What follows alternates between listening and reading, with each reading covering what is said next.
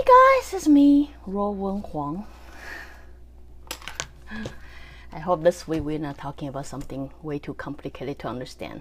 But anyway, sometimes I realize something that takes me really long time to understand, and that I wanna really compact it into like 15 minutes, 20 minutes. It's a little bit difficult for me, right? But anyway, you guys, I just hope you guys can bear with me. I think even though you don't understand later on in different episode or things like that, I will continue bring it up, right? And hopefully by then it will be more clear for you guys.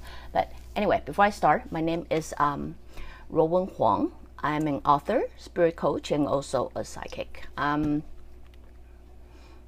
always feel like I need to make a disclaimer, just saying just saying that, you know, what I share with you guys, I mean, you know, it's not the solely truth, but it just, you know, because I believe there's a lot of study out there, right? And then you guys can probably, there's a lot of scientific study and all that, so they can probably provide you their study or their understanding of things. And I feel being a psychic, since I have ability to see things that probably not everybody can, so, you know, just keep in mind everything I share with you is simply from a psychic's point of view, right? So the best way to do, as I say, is always find the best balance between this information, scientific information, and how you feel. Then you will find the truth for yourself. But anyway, today I'm going to share with you with a concept that my higher spirit threw to me very, very, very early stage of my journey. So that is, soul is not limited by time and space. When they first threw this concept to me, I feel a little bit puzzled, but kind of understand. Does that make sense to you guys? So basically, what they try to tell me is, when you are in the soul mode, you will not be trapped by time, or nor will you be trapped by space. As a human, right? As a human, we know if from here, I'm in Canada and I want to go to Italy or Taiwan or something, I will have to buy a ticket. I have to go to custom and all that, right? But, you know, basically try to tell you, but if you are in the soul mode, you don't do that. You can literally go from point A to B whenever you want and however you want, or, you know, pretty much right away. You don't have to, you know, travel, basically. That's so anyway. When it first introduced this to me, by exercising it, I have to literally try to, you know, remove my soul, like move my soul to somewhere further. So I start with somewhere very close, that neighborhood and all that. Then later on I can go further. Then I can go check on my, you know, parents, or I can go check on my, you know, friends from Taiwan or all over the place, right? Or I will have clients from all over the world, and I'm able to check on them in that regard. So, you know, at the beginning of stage, I kind of start to understand that when I'm in the soul mode, not as Rowan as a human being, I don't really need to move my body to somewhere in order to see something. In a soul status, I can go pretty much anywhere I want, but just bear in mind, it does take practice, because, you know, at the beginning of stage, I often feel dizzy and I need to lie down way longer time than the time I actually travel. So, but then, you know, through practice, you actually get a hang of it, and you know how to do that, I guess. So, you know, beginning of stage, because I exercise that, I kind of got a concept of, oh, okay, when I'm in soul mode, I'm not limited by space, right? I mean, I can travel wherever I want, right? But one concept was still hard for me to understand, that is called time. So the longest time I got the database. You know, I always call it database, right? Like if people ask me about their past life, I'm able to see past life. People ask me about their future life, I'm able to see the future. You know what I mean? So that for the really long time, I always think that's because you, as my client or friends, whoever, you carry all that database. I'm simply calling out that database from you, right? So, you know, even though it say it's not limited by space, which I already kind of figured out, but it's not limited by time, I thought for the longest time I have a definition of that's because I can access all the database from the past life or future, like, so when I'm in a soul, I thought the definition to that sentence mean when I'm in a soul mode, I can access all database from, different time. That means I can access a database from 3,000 years ago, 2,000 years ago, or even 100 years from now, or something like that. So anyway, I thought that's their definition of that. For me to really, really hit me and understand what they truly try to tell me is actually on a trip to Mexico. I don't know if I mentioned it, but previous episode I mentioned that I have a special skill. I have a special skill called restore the ruin. That means I can see the ruin and I can somehow my eyes can restore what it originally looked like. You know what I mean? So I always know I have that kind of skill, right? So sure enough, when I was in Mexico, I went to ruin, it's Tulum, I think. It's a Tulum. And then, by walking in there, I guess I do it so automatically without paying attention, right? So anyway, when I go in there, I can already see how the ruin restored to its glorious time and all that, right? But very different experience this time compared to the previous time that I have is this time when I restore the history, glory of it, I actually see activities. That means not only I'm able to see what it looked like as a building itself, I actually was witnessing some kind of ceremony, but I'm not quite sure what kind of ceremony is, but I was observing it, right? And I thought I'm just simply restore a memory of a space and then recall something's happening, right? But what kind of shocked me or something at that space, at that moment is during the ceremony there was I don't even know what's the word to describe the Mayan priest. But anyway, that just called this guy priest for now, right? So from what my sensation is, I think this whole Maya ruin should happen, I don't know, way over time, like I don't know, hundreds of years ago, thousands of years ago, I don't know, right? I don't tell you I'm not good at history. But when I went in there, when I see this ceremony, I thought I would automatically assume those people are dead, right? And I'm simply recall what the memory is left with the building, right? But what shocked me at that moment is as I sat down and witnessed the ceremony, whatever ceremony is, because I have no clue what they're doing, but I was curious, right? I somehow caught eye with the Mayan priest. So they look at you like they see you. You know what I mean? They look at you like they see you. So I no longer just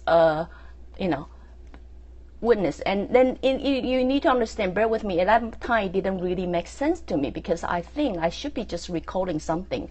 I should be just like watching a movie. How would this guy catch eye with me? You know what I mean? And then we'll kind of look at each other, and then in my brain I have hard time digesting this, because I don't understand how could he possibly see me as this, because to them I'm come from future, right? And to me, they should be just like a movie database. They should not have interaction with me. So anyway, right after catching eye with this Mayan priest, I have a very bad headache that hit me, right? And then within the matter of hours, that headache turned into very bad fever. And then during the whole trip, because of this visit, I suffered, believe it or not, after I went back to the hotel, I suffered 3 days straight of fever, high fever, and the voice continued in my head tell me to kill myself, right? So it takes a lot of time. One day I will share with this. But anyway, the reason I bring this up is that is the first time I start to realize how soul is not limited by time and space. Does that make sense to you? Like the longest time, I think I'm simply got the essence of the past life memory. But this is the first time I realized when I travel to the past, that someone who had the skill like me or even higher skill, they actually have ability to see me. But in their perception, I may be an intruder. You know what I mean? To their perception, if they actually see me, I may actually come into their space.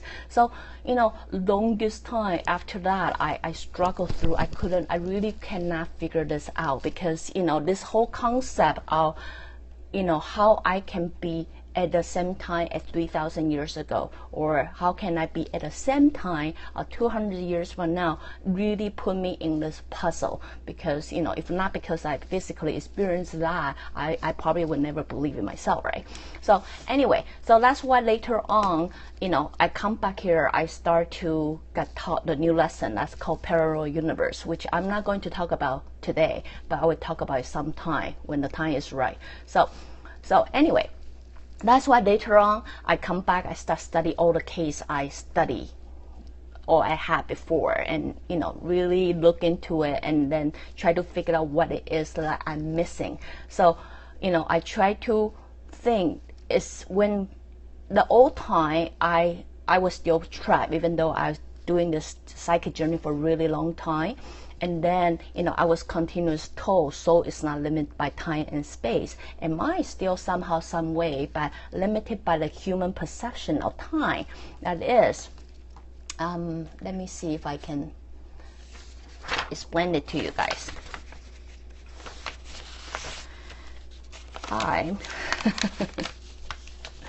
Bear with me, because I like to wing the thing, wing my topic, right? I like to wing it. That's why a lot of times I may seem very unprepared. But anyway, sorry. This is basically what I try to show you guys, right? So, assuming in the center is now.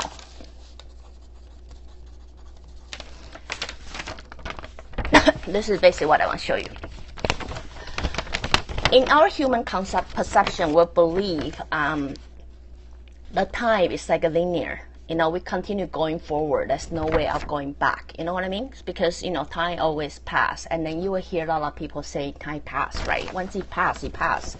You know, you can never go back in time. Excuse me. I'm so embedded by this concept. Therefore, even when I'm in the soul form, I exercise like this. I mean, you know, this could be my past life, the life before it, the life before, and way before it. And then this could be my future. So I simply access the time, right? It's not until after that experience that I come back home and then I really dug into all the thing, and I do a lot of experiments on myself, right? Because it takes really long time to try to do experiments on yourself, believe it or not. If I want to validate what I feel or know, it does take time. That's why a lot of time people want me to share right away. I couldn't, because with me, I have a personality I want to try out. I need to figure it out for myself. So while we believe the time is linear like this, like, you know, chang, we continue moving forward.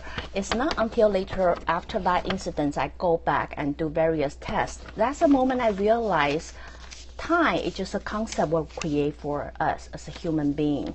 But when you are in the soul mode, this is what the time looks like. That means you, past, and the future are actually overlap one another like this, right? So when you are in the soul mode, you can be in any moment or any time frame, any incarnation of your life, and still presented as a real existence to them at that time. So that new discovery let me discover another area of thing that is, okay, if that is true, but I'm not an actual physical form as a soul, right? So to them, I could be a ghost, or to them, I could be an energy, because soul itself contains energy, right? So you need to understand, basically, that's what we're talking about.